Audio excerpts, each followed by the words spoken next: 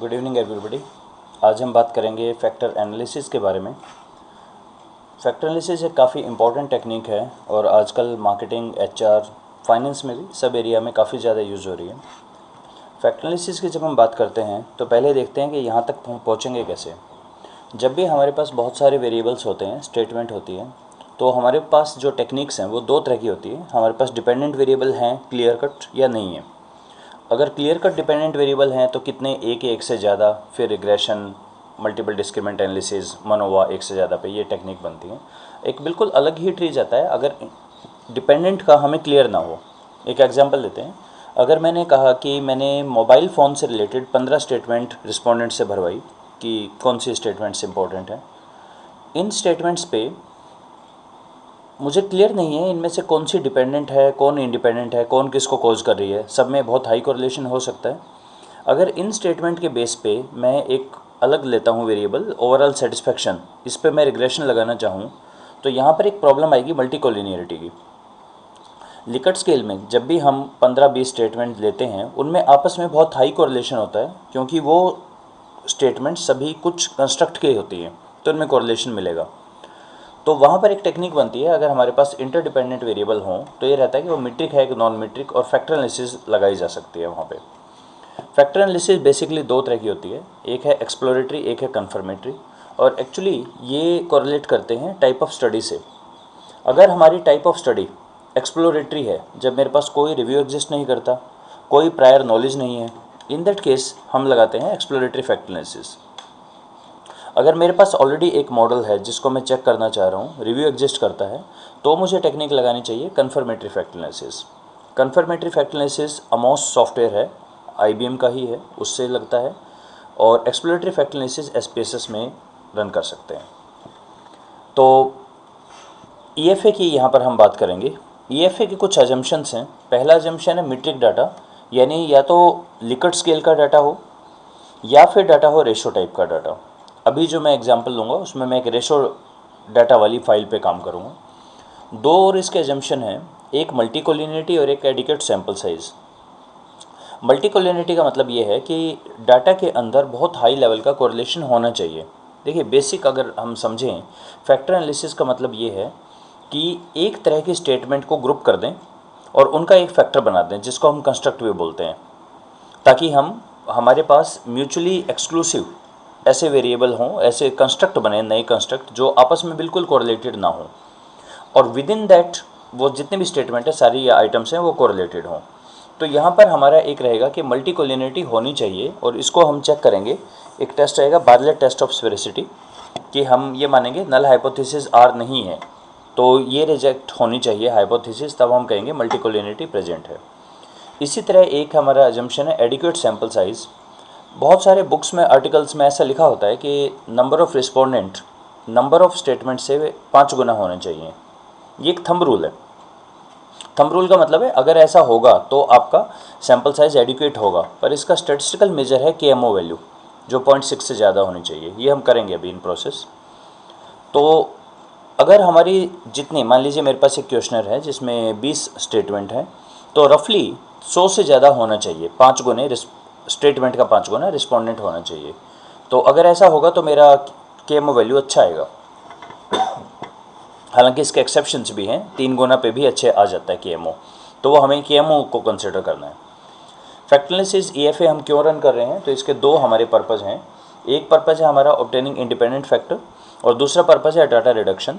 Independent factor मतलब ऐसे statements, ऐसे फैक्टर्स जो आपस में टोटली अनकोरिलेटेड हों, और दूसरा है डाटा रिडक्शन, बहुत सारे डाटा का हम कम कर देंगे data. Basically factor analysis regression ही है, कोई नई चीज़ नहीं है। तो फैक्टर एनालिसिस क्या करने वाला है, जो हमारे पास वेरिएबल्स हैं उनके एक नए कंपोजिट वेरिएबल बना देंगे जो आपस में अनकोरिलेटेड ना हो। यहाँ से फैक्टर एनालिसिस दो तरह का बनता है, एक है PCA, एक है दूसरे का नाम है PAF। PCA का मतलब है प्रिंसिपल कंपोनेंट एनालिसिस। अगर मेरा पर्पज़ है ऐसे फैक्टर बनाना जो आपस में टोटली अनकोरिलेटेड हों, तो हमारा मेथड यूज़ होगा PCA। लेकिन साइकोलॉजी के डोमेन में, OB के डोमेन में ऐसा रहता है पर्पज़ कि हम ये देखना चाह रहे हैं कौन सा कॉमन फैक्टर है सब कंस्ट्रक्ट्स के अंदर। यानी मेरा पर्पज़ इंडिपेंडेंट बनाना नहीं है, कॉमनलिटी निकालना है। तो हमारा बनता है PAF method, principal axis factoring, उसके बारे में हम यहाँ बात नहीं करेंगे। तो ये काम कैसे करता है फैक्टर एनालिसिस? फैक्टर एनालिसिस एक रिग्रेशन वाले तरीके से काम करेगा। तो मैं आपको पहले ये कॉम्युनिटी आइगन वैल्यू इनके बारे में बाद में बताता हूँ। पहले हम एक एग्जांपल से देखते हैं। मेरे पास मैं SPSS की डाटा फाइल यूज़ करता हूँ। ये फाइल आप SPSS का कोई भी वर्जन हो आपके पास उसमें अवेलेबल होती है। सी ड्राइव में प्रोग्राम फाइल्स, अगर आपके पास विंडो 8 है तो यहाँ मिलेगा प्रोग्राम फाइल्स x86, तो मेरे पास नहीं है। प्रोग्राम फाइल्स के अंदर SPSS इनकॉर्पोरेशन, अगर आपके पास SPSS का 22 वर्जन है तो आपको फोल्डर मिलेगा प्रोग्राम फाइल्स में IBM में SPSS इनकॉर्पोरेशन, PSW18 सैम्पल्स के अंदर इंग्लिश में मैं फ़ाइल यूज़ कर रहा हूँ carsales.sav, ये वाली फ़ाइल मैं यूज़ कर रहा हूँ अभी, carsales.sav। किस बारे में फ़ाइल है ये? मेरे पास डाटा गिवन है प्राइस का, इंजन का, और टोटल डाटा 157 ऑब्जर्वेशंस का है, wheel base, width, length, curve wait etcetera. अगर मैं इनके बेस पे सेल्स को डिपेंडेंट वेरिएबल लेके इन सब के ऊपर MPG तक रिग्रेशन को रन करना चाहूँ तो क्या हम कर पाएंगे? Let's check. Regression, linear regression, dependent variable is sales and independent variable is price से लेके और फ्यूल एफिशिएंसी तक, ये सारा हम करते हैं। और हम इसको बोलते हैं कि हमें बताइए कि मल्टीकोलिनिटी है या नहीं है, कोरिलेशन है या नहीं डाटा के अंदर। Model summary 31%। देखिए VIF वैल्यू हमारी निकल कर आ रही है 6, 8, 3, 7, 4 एक्सेट्रा, और कंडीशन इंडेक्स हमारा है 35, 40, 57, 138। कंडीशन इंडेक्स जब भी 15 से ज़्यादा होता है तो इसका मतलब है there are high level of multicollinearity, और 30 से ज़्यादा पे फॉर श्योर है कि मल्टीकोलिनिटी एग्जिस्ट करती है। तो यहाँ सारा बहुत हाई कोरिलेशन है। इसको हम चेक ऐसा भी कर सकते थे कि हम पहले कोरिलेशन में जाते, बाईवेरिएट, और जितने इंडिपेंडेंट हैं उन सब के बीच में हम पहले चेक कर लेते हैं क्या इनमें कोरिलेशन है या नहीं है। So let's check. ऐसा भी चेक कर सकते हैं, VIF वैल्यू से भी चेक कर सकते हैं।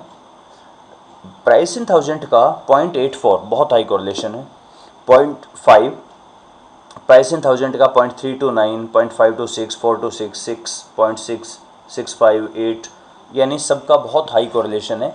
इसीलिए अगर मैं रिग्रेशन के अंदर यूज़ करूँगा स्टेप वाइज मेथड तो वो मल्टीकोलिनिटी को अपने आप ही दूर कर देता है। इसने कहा सिर्फ 2 फैक्टर रिटेन किए, व्हील बेस और प्राइस, बाकी सबको बाहर कर दिया। स्टेप वाइज के लिए मैं ऑलरेडी एक वीडियो में बता चुका हूँ, वो क्या है। स्टेप वाइज जो सबसे 2 बेस्ट वेरिएबल है उनको रखेगा, व्हील बेस और, सबको बाहर कर दिया। तो अगर लिकट स्केल का ये होता तो वहाँ तो 25 स्टेटमेंट है, सारी की सारी हाईली कोरिलेटेड, तो सारी की सारी बाहर हो जाती।